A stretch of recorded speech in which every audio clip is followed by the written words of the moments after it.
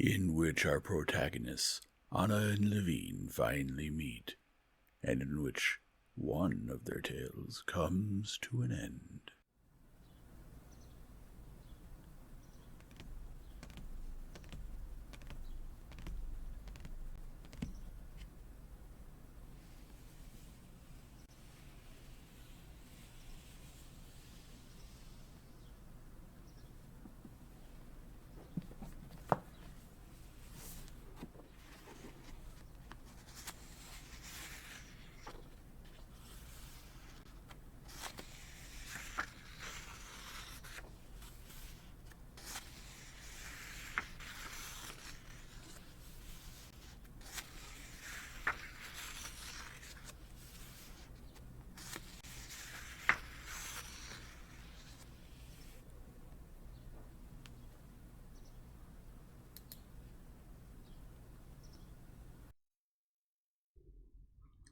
Chapter 23. In order to undertake anything in family life, it is necessary that there be either complete discord between the spouses or loving harmony. But when the relations between spouses are uncertain and there is neither the one nor the other, nothing can be undertaken. Many families stay for years in the same old places, hateful to both spouses, only because there is neither full discord nor harmony. For both Vronsky and Anna, Moscow life in the heat and dust, when the sun no longer shone as in spring but as in summer, and all the trees on the boulevards had long been in leaf, and the leaves were already covered with dust, was unbearable. But instead of moving on to Vodvishkinsko, as they had long ago decided to do, they went on living in Moscow that they both hated, because lately there had been no harmony between them. The irritation that divided them had no external cause, and all attempts to talk about it not only did not remove it, but increased it.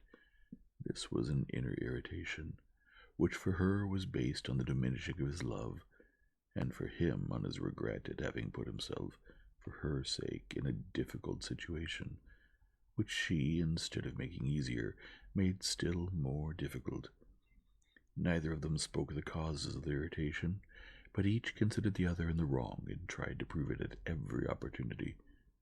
For her, all of him, with all his habits, thoughts, desires, with his entire mental and physical cast, amounted to one thing: love for women, and that love which, as she felt, should have been concentrated on her alone, had diminished.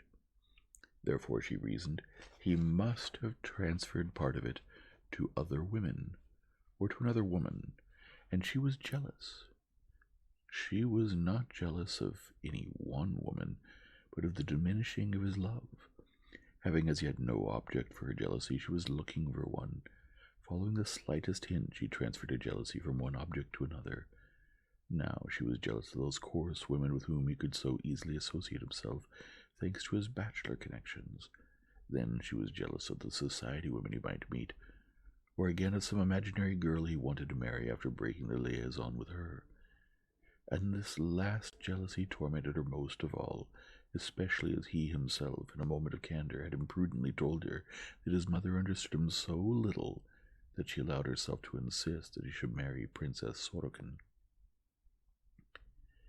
And being jealous, Anna was indignant with him and sought pretexts for indignation in everything.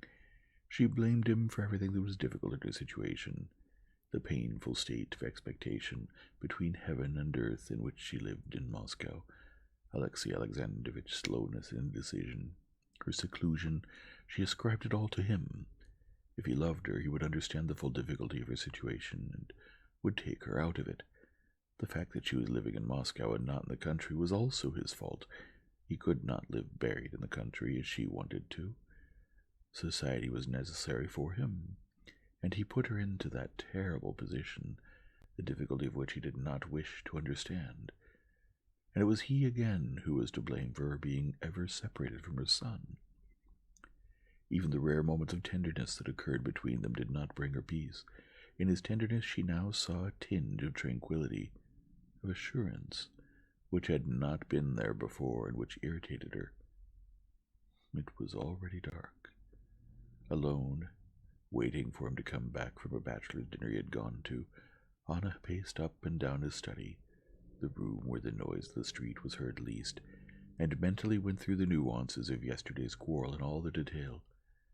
Going further back from the memorably insulting words of the argument to what had caused them, she finally came to the beginning of their conversation. For a long time she could not believe that the quarrel had begun from such a harmless conversation, not close to either of their hearts. Yet it was really so. It had all begun with him laughing at women's high schools, which he considered unnecessary, and her defending them. He referred disrespectfully to women's education in general, and said that Hannah, Anna's English protege, did not need any knowledge of physics. That irritated Anna. She saw it as a contemptuous allusion to her concerns, and she devised and spoke a phrase that would pay him back for the pain he had caused her. "I don't expect you to be mindful of me, or my feelings as a loving man would be, but I do expect simple tactfulness," she said. And indeed he turned red with vexation and said something unpleasant. She did not remember what reply she made to him, but only that he, obviously also wishing to cause her pain, responded by saying, "It's true that I'm not interested in your concern for this girl because I can see it's unnatural." The cruelty with which he destroyed the world she had so laboriously built up for herself in order to endure her difficult life, the unfairness with which he accused her of being false and unnatural, made her explode. "I'm very sorry that only coarse and material things seem understandable and natural to you," she said, and walked out of the room. When he came to her that evening, they did not mention the quarrel that had taken place, but they both felt that, though it had been smoothed over, it was still there. Today he had not been home all day, and she felt so lonely and so pained to have quarreled with him that she wanted to forget it all, to forgive and make peace with him, wanted to accuse herself and justify him. "It's my own fault. I'm irritable. I'm senselessly jealous. I'll make peace with him. We'll leave for the country. I'll be calmer there," she said to herself. Unnatural. She suddenly remembered the most offensive thing, not the word so much as the intention to cause her pain. I know what he wanted to say. He wanted to say that it's unnatural for me to love someone else's child when I don't love my own daughter. What does he understand about the love for children? About my love for Seryosha, whom I have sacrificed for him? But this wish to cause me pain. No, he loves another woman. It can't be anything else. And seeing that, while wishing to calm herself, she had gone round the circle she had already completed so many times, and come back to her former irritation, she was horrified at herself. Is it really impossible? Can I really not take it upon myself? She said to herself, and began again from the beginning. He's truthful. He's honest. He loves me. I love him. The divorce will come any day now. What more do we need? We need peace, trust, and I'll take it upon myself. Yes, now, when he comes, I'll tell him it was my fault, though it wasn't, and we'll leave. And so as not to think any more, and not to yield to irritation, she rang the bell and ordered the trunks to be brought in order to pack things for the country. At 10 o'clock, Vronsky arrived.